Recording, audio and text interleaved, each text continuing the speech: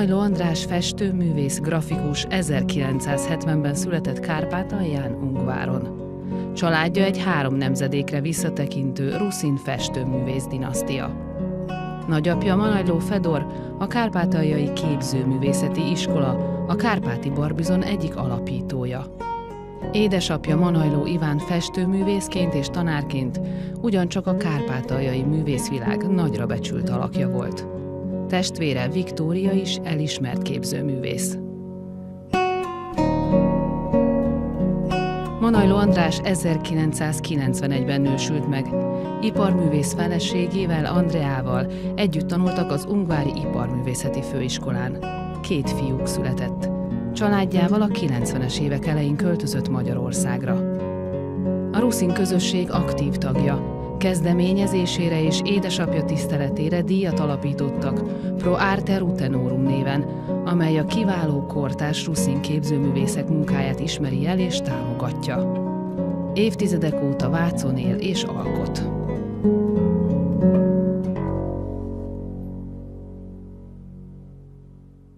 Emlékszel, hogy mikor fogtál először ecsetet a kezedbe? Festettünk a nagyapámmal a Kárpátokban, Szabadban. 6 éves lehettem akkor, és báránykákat próbáltam megfesteni a hegyek között, ott láttam egy báránycsordát, és sehogy se sikerültek ezek a báránykák. És jött a nagyapám, jobb belekeverte az összes színbe, ami volt a palettámon, még csodálkoztam, hogy lehet így ennyire összekeverni, mindenhova betúrni az ecsetet, és 2 bravúr mozdulata, helyre jöttek a báránykák. De szerintem a festék illatát talán hamarabb éreztem, mint az anyatej illatát.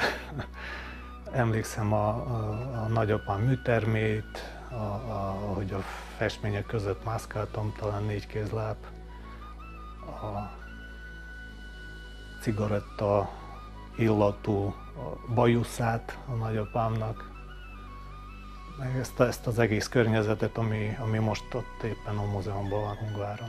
Igen, nagyon korán belenőttem ebbe a művészeti közegbe. A művészet az valahogy organikusan jött, az nem volt kérdéses, hogy festek, mindig maszatolok a festékeken, mindig elém dugta az apukám vagy filctolakat, vagy festékeket, tehát ez természetes volt, hogy amikor ő vett engem, abban nőttem bele én is. Szerettem. Szerinted egy 3 generációs festőcsaládban nehezebb jó festővé, vagy önbizalommal teli festővé válni, vagy kinek nehezebb az útja? Könnyebb festővé válni, amikor te ebbe a környezetben nőttél fel, nem pedig újonnan utat törni. Hiszen én láttam az apukám meg nagyapám művészetében az, hogy milyen különlegesen képesek ábrázolni azt a összefonódását a természetnek és az emberi léleknek az összefonódását. Tehát már ilyen kritériumokban nőttem bele, hogy nem csak hegyeket tudunk ábrázolni, hanem a lelket adni a hegyeknek, vagy a hangulatát adni akár egy pásztornak, vagy portrét készítve, rögtön a lélekbe próbálni belenézni. Tehát mögé látni a reális dolgoknak, amelyeket látunk. És ez egyszerűbb erre a stádiumra eljutni, amikor már a családban az apukád is erre tanít, vagy nagyapád is. És ez egyébként sokkal érdekesebb művészeti kihívás és a feladat is, mert akkor már érted, hogy miért akarsz elsajátítani a szakmát, mert ezt még jobban akarsz kifejezni. Akkor már érted a hiányát, hogy miért is akarsz megtanulni rajzolni, vagy színeket keverni.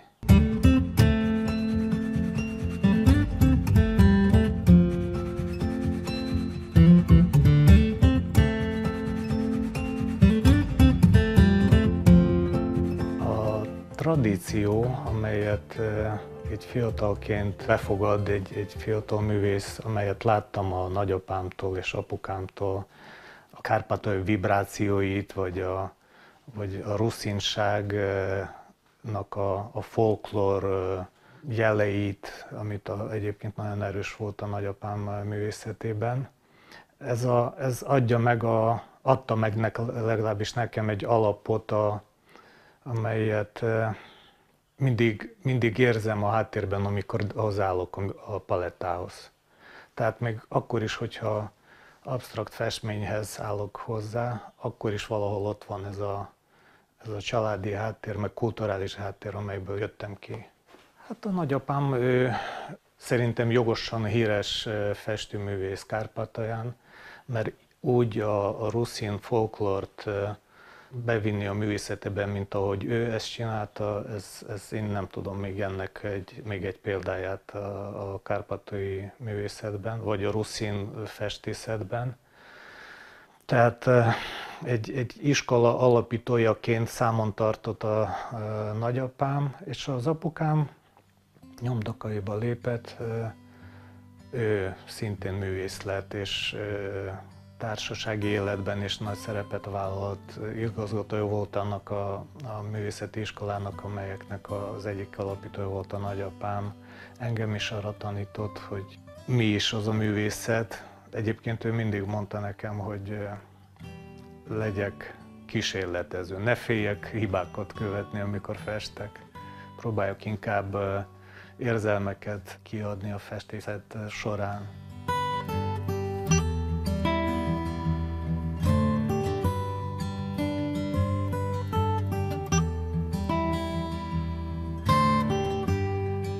A Báránykáktól milyen stációkon keresztül jutottál el a mai festészeti? A családi iskolán kívül jártam én a hivatalos institúciókat, úgymond. Ungváron is tanultam, a Lembergi iskolában, utána Szentpéterváron is csiszoltam az akadémiai tudásomat. Akkor még realista szemléletet próbáltam mesterien, amennyire tudtam, de már belevéve az expresszív érzelmek kifejezését, de témák még felismerhetők, úgymond realista kapocsok voltak a művészetemben. De amikor 2010-es, 9-es évek táján úgy hozta a sors, hogy tovább utaztam a világon, Egyesült Államokba kerültem, és így tovább, akkor kezdett az életembe annyi sok külső behatás kerülni, vizuális is, meg kulturális behatás, mint például a Grand Canyon. Hát azok a mély pirosak, sőt az árnyékok zöldek meg kékek, és az a szinte nem földi ritmus, amit lát az ember, amikor néz a Grand Canyont, az absztrahál, akárhogy akarsz, te nem tudod ezt így csak lerajzolni, te valami asszociációt kell, hogy fessél.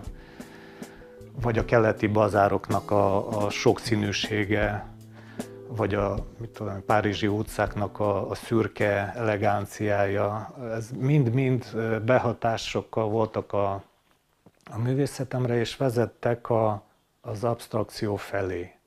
Egyébként az első absztrakt sorozatom akkor született, érlelődött az már korábban, de akkor született, amikor a Genezis sorozatot festettem meg.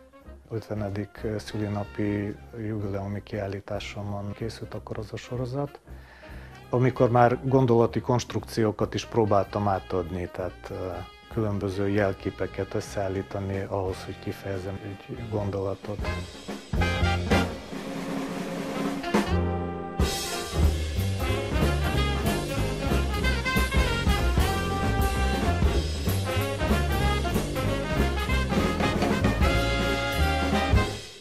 Utána jött a lélekrezgései sorozat, amikor bezártság, a Covid miatt bezártságba kerültünk, és volt időm belemerülni a saját világomban, a saját gondolataimat valamilyen módon kifejezni.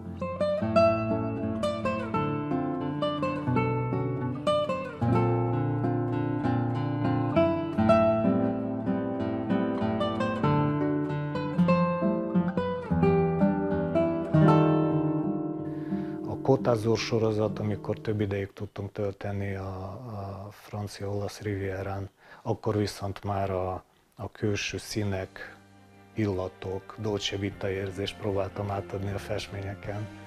Ezek egyébként csak absztrakt kifejezési móddal lehet átadni. Nem tudok én másképp, csak ezt az érzést másképp nem lehet. Amikor minden egyes ecsetvonás egy sztorit mond, egy történetet, amelyek hagyom a nézőre, hogy ő fejtse ki, hogy ő hogy lát ezt a festményt. Tegye bele a saját érzelmeit, vagy felfogását.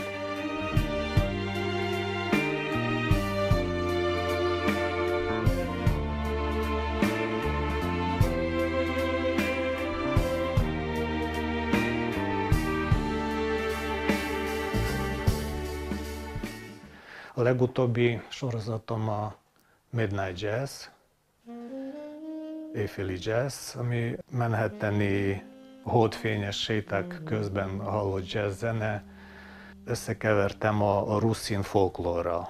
Az is folklór, jazz zenés folklór, meg ruszin jelképek, vagy kultúránk, az is folklór.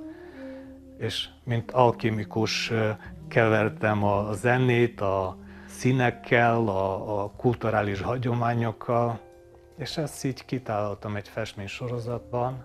Egyébként kíséretben egy háttérzenével, mint minden egyes festményhez. És hagyom a nézőre, hogy érezze át, hát ha tényleg átjön az, amit akartam belefektetni.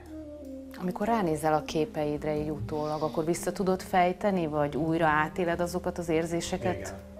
Igen, természetesen. Pontosan emlékszem arra az érzésre, amikor alkottam. Néha egyébként az mint egy, nem tudom, orgazmus érzés, amikor megfested, és huppá, ez sikerült. Ez pont az, amit akartam kifejteni. Nálam gyakran van úgy, hogy én már álmodom éjszaka, mi az, amit meg fogok festeni. Én rigó vagyok, tehát nagyon korán szeretem, vagy pacsirta, igen, szeretem felkelni, és még család alszik, én már kávét főztem, és már tudom, hogy az üres vászon előtt állva, hogy mi is szeretném megfesteni.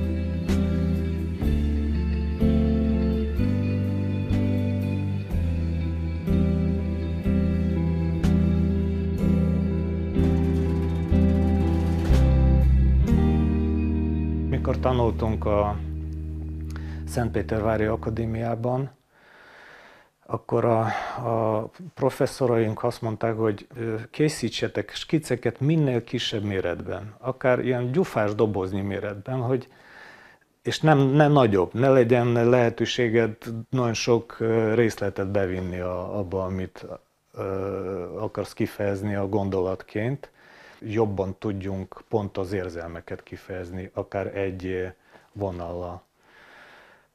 Mint Picasso, ugye átment a realisztikus ábrázoláshoz, majdnem egy vonalos kifejezésmódhoz, pont azért, mert így sokkal jobban tudott kifejteni, és a nézőben is kiváltani az, hogy gondolkozzon bele, hogy hoppá, én is ezt látom, mint művész, hogy én mit érzem. Ez szerintem a mai világban főleg nagyon fontos a művészetben, hogy megpróbáljunk a nézőt is belevonni abba a gondolatba, amit te, mint művész fejtetted vásznon.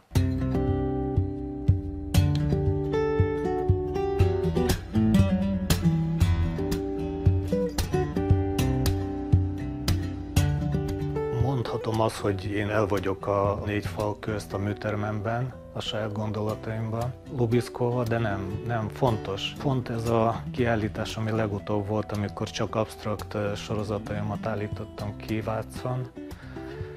nagyon kellemes, inspiráló érzés volt azt látni, hogy befogadó közösségre találtak az absztrakt alkotásaim.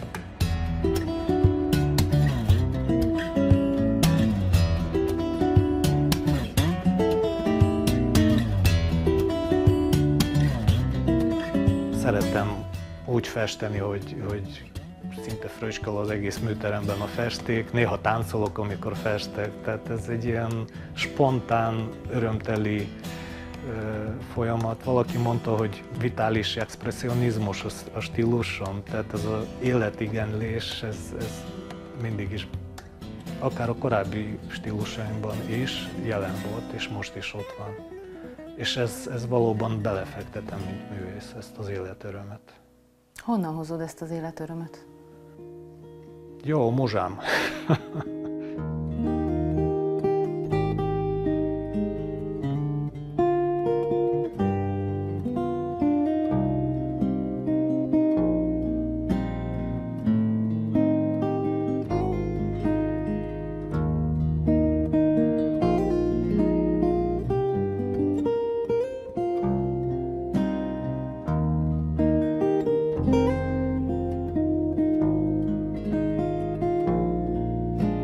Lehet, hogy az, hogy a saját világomat próbálom alakítani, nem beengedni a külső hatásokat, amelyek főleg mostani időkben mindenhonnan érik minket.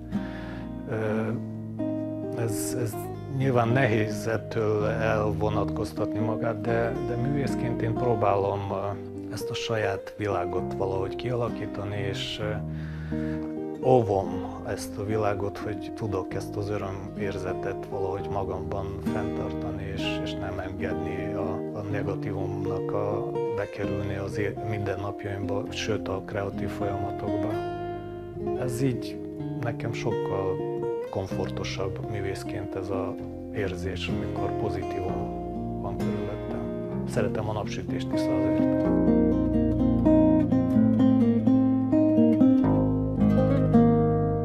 Nem mindig tudom ezt így kardában tartani, ezt a pozitívumot, az is tény. Született egy olyan festményem 2022-ben, amikor pont bejöttek ezek a szörnyű események Ukrajnában, és azon a festményen látszik az, hogy kiöntöttem e fajta érzelmeit.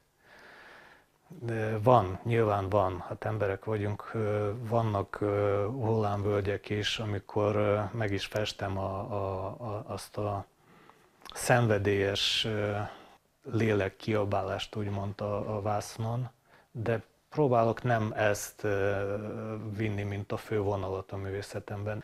Inkább elmegyek a Kotazóra és festek azuros tenger, napsütés, dolce vitát, finom illatok, szép nők, éneklő, olaszok, tehát inkább ezt a közeget próbálom tudatosan keresni, és abból inspirálódni, és hát gondolom, hogy ezek is ugyanilyen erős érzelmek lehetnek, pozitív érzelmek, mint a negatív érzelmek, és nem baj, hogyha az ember otthonából visz egy pozitívumnak egy részét, nem pedig amúgy is kaotikus, vagy ilyen feszült világban, még otthonából is egy feszült képet, minek?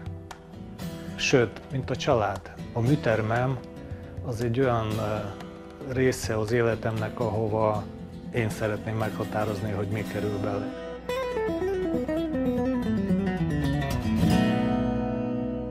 A népi ruszin kultúra, meg népi hagyományok, meg ezek a kárpátaljai vibráció, levegő vibrációi erős behatással vannak a művészetemre, és ezt viszem magammal, amikor palettához lépek.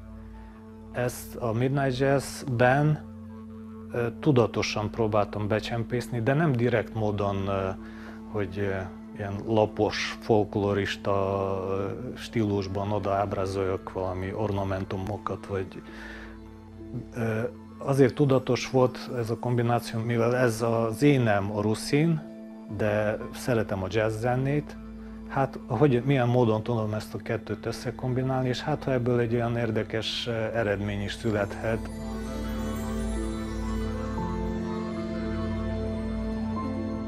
Én büszke vagyok a gyökereimre. Amikor érzi az ember gyökereit, a gyerekeimnek is ezt tanítom, hogy ezt büszkén kell vállalni és ápolni. Magyarországon is nagyon befogadó közösségre találtunk, amikor ide áttelepedtünk 91-ben. Amikor látják, hogy büszke vagy a gyökereidre, akkor ezt tisztelik is. Mert van ennek értelme, ennek a tiszteletnek, és ezt, ha viszed, erre építed az életben, akkor valahogy komolyabb háttered érzed a továbblépéshez, de a művészetben is ugyanúgy. Na meg gazdag a ruszin kultúra, gazdag a képzőművészet, sajnálatos módon asszimilációnak van kitéve, mert ugye nincs anyaország, és minden behatások, akár nagyon szép kulturális behatások, de akárhogy asszimilálódik, és ettől még érdekesebb ez a feladat, ha tudok én is valamit tenni annak, hogy megmaradjon, vagy esetleg propagáljuk. Nagyon sokan egyébként felkapják a fejet Amerikában, ha azt mondom, hogy Andy Warholnak a gyökerei ruszin. Hoppá, hogyan? Hát ez pop art amerikai. De mondom, nézzétek meg, Mezzi-Láborce, Szlovákiában, onnan jöttek a szülei, és ott büszkén vállalják a ruszinságokat. Tehát így már kezdenek, ruszin, jó, akkor megismerik, hogy már létezik ilyen kis népcsoport.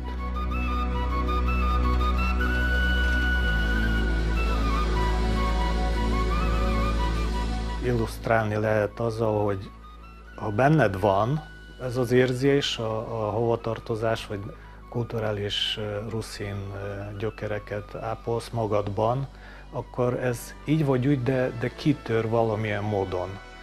Csak ha ez őszintén van benned, akkor akár a legmodernebb kifejezési módokban is ez valahol érződni fog. Ugyanúgy, mint most, ahogy beszélek az akcentusomból, és érződik, hogy talán valami ruszin beütés is lehet, de ugyanúgy ebben a modern megközelítésű absztrakt festménysorozatban én oda tudatosan próbáltam ezt a ruszin notákat bevinni, de ez organikus, ha belülről jön, és hát igen, a mai világban, mai kornak megfelelően kell igyekezni, kifejezni azt, amit szeretnéd, mert csak akkor leszel hiteles egyébként, és nem kell erőltetni, ez magától fog jönni, és találsz te az utat, hogy fejtsd ki a hovatartozásodat, vagy segítsd a kultúrád fennmaradásának.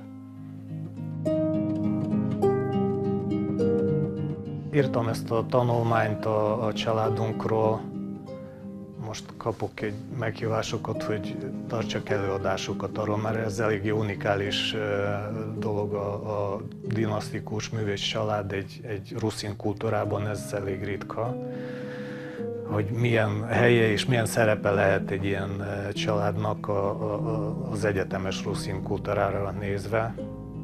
Lehet, hogy ezt is megteszem, hogy egy ilyen előadássorozat formájában propagálok, vagy próbálom valahogy segíteni a kultúránkat, fennmaradást, vagy identitás erősítést, és erről szívesen beszélnek is, és fogadják a nézők is, meg kritikusok is egyébként, az, hogy hoppá, itt ruszin nóták vannak ebben, na milyen érdekes, és már is beszélnek a ruszinságról.